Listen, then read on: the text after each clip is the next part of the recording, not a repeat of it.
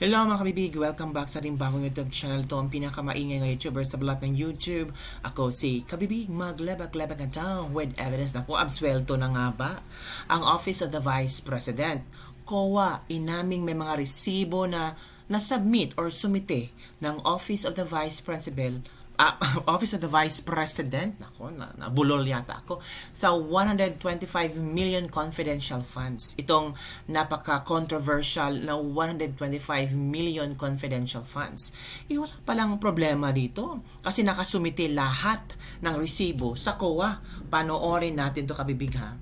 Ito yung ito yung public hearing on good governance tungkol sa OVP na tawag dito pub confidential funds. The Special Disbursing Officer of the Office of the Vice President. I think she's not present today. Is she? Comsec? Present ba si Madam Gina Acosta? Kasi siya ang supposedly the Special Disbursing Officer. No, Your Honor. She is not present. So, Mr. Chair, my questions would wait for the time that Madam Gina F. Acosta would be present in the next hearing. But I would just like to ask some questions from COA if they're present this morning. Thank you. Kailan po nyo inirelease yung COA audit report nyo regarding the office of the OVP regarding the use of the amount of 125 million under line item confidential expenses? Kailan po nyo na-release yung COA report nyo? Sino po ang sasagot? Attorney, sorry, hindi ko po makita yung pangalan. Attorney Camora from COA, please proceed. Good morning, Mr. Chair. As to confidential intelligence and confidential funds, we do not issue any audit reports, just the audit actions, Mr. Chair. Audit action. Yes, Mr. Yes. Chair. Okay. Thank you for the clarification. Now, when was the confidential fund in the amount of 125 million transferred to the office of the Vice President?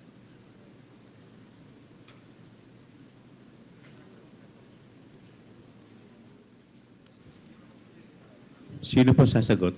It was in December. Attorney Camora? Mr. Chair, may I be clarified? The cash advance, Mr. Chair? Yes. When was the fund, the 125 million amount transferred to the office of the Vice President?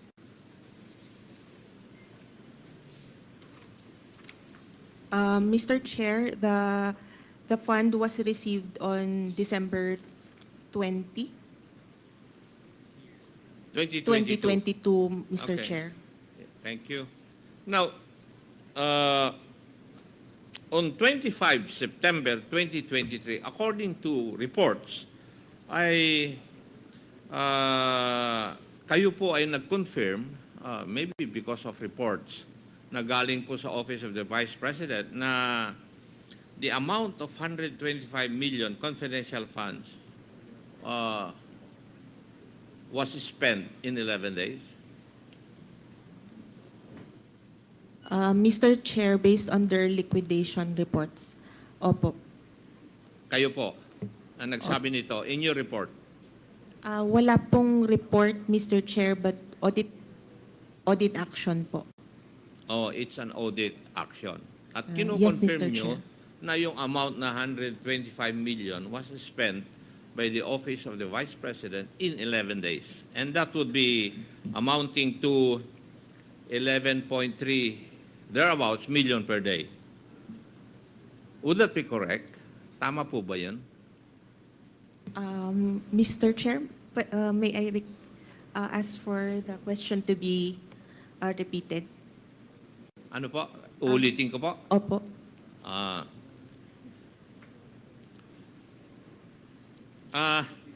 Kayo po, nagko-confirm na in-spend in your liquidation, in the liquidation report that was submitted to you, kayo po ang nag-confirm na in 11 days, naubos po yung 125 million confidential funds. Tama po. Tama po, Mr. Chair. And that is equivalent to spending 11.3 million a day if it was spent, or if the amount was spent in 11 days. Tama po rin po.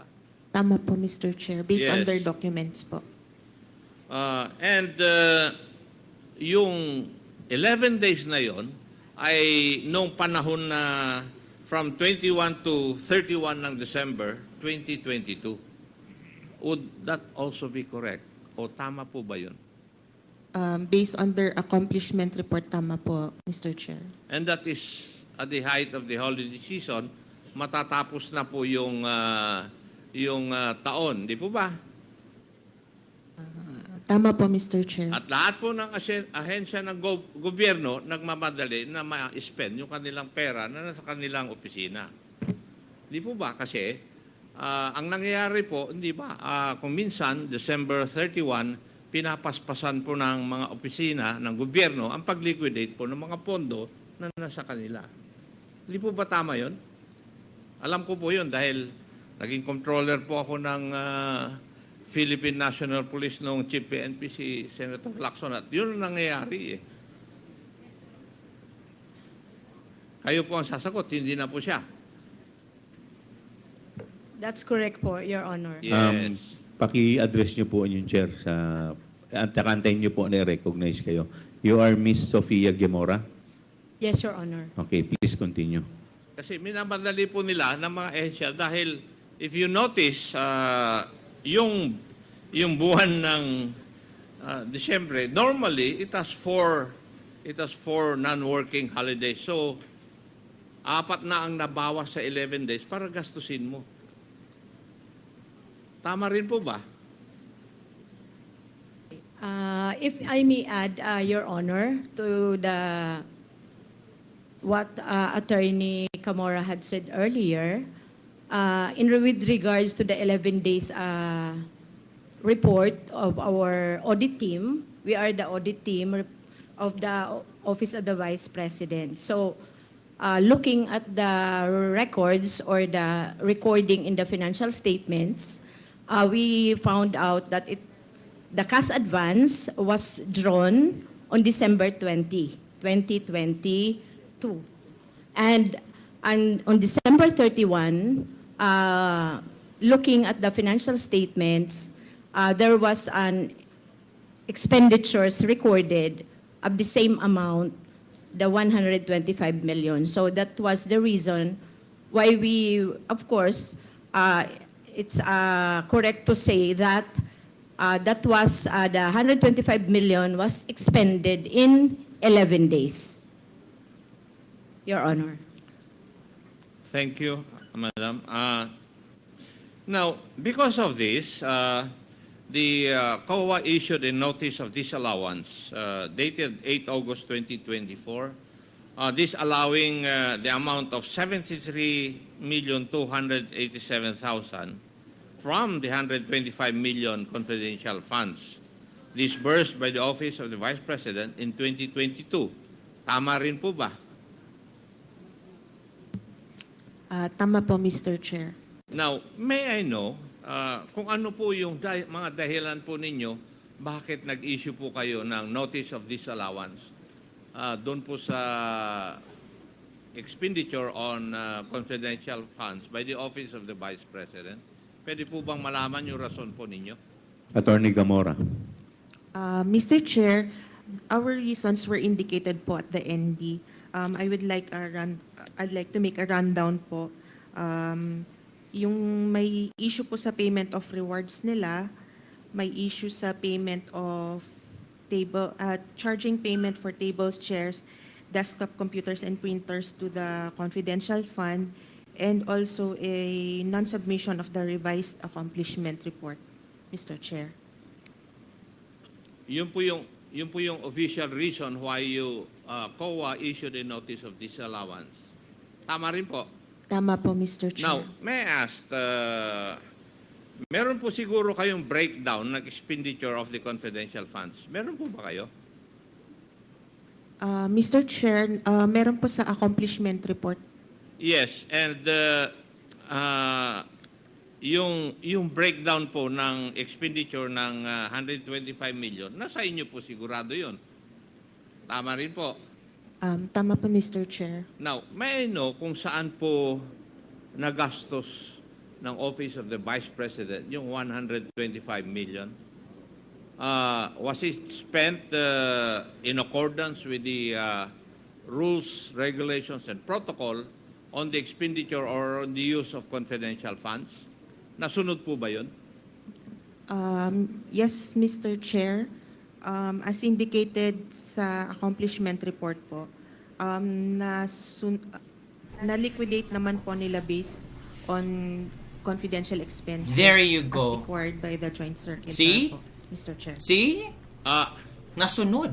if I may, alam naman po ninyo yung section 4.8 of Joint Circular number 2015-01 Supalpal ang yes, mga on the sista. use of confidential funds.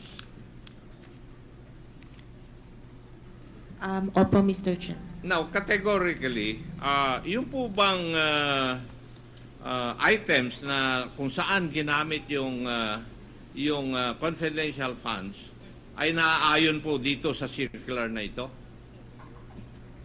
Opo, Mr. Yeah. Chair. Good. Kung naaayon sa circular na ito, bakit kayo nag-issue ng notice of disallowance? Mr. Chair, as to yung first finding, meron po kasing specific requirement ang Specific joint circular requirements. na document na hindi po nila na-submit Mhm. or nag-submit sila pero hindi po sufficient siya Mhm. to answer the requirement of the joint Mhm. circular. There you Mr. go. Na-mention kanina ni Chairman, the Honorable Joel Chua, na in the accomplishment report of the President, if I remember it right, meron pong ginamit na yung surveillance in 132 places. Tama ba ba, Mr. Chair? Yung Areas po yun. narinig ko na yun. 132 areas po. Oh. Yes. Yung 125 million, parang ginamit po yan in 132 areas. Okay. Yes, and accordingly, it was 100% compliance. Hindi po ba sa tingin ng COA, medyo kwan ito? Medyo imposible? Mr. Chair, parang based on other parang okay lang naman po siya. Oh, there you go. Okay lang pala. Kami po ay gumagamit din po ng intelligence fund. Nanggaling po ako sa service At alam ko na mahirap gawin ito. I will Tama yan, conduct sabi ni surveillance COA, okay in lang. 132 areas in 11 days.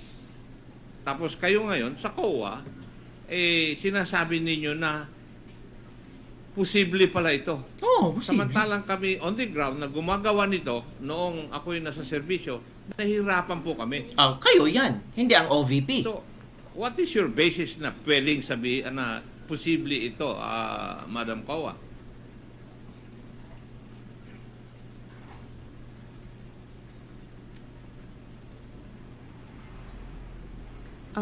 Mr. Chair, there are also deficiencies here.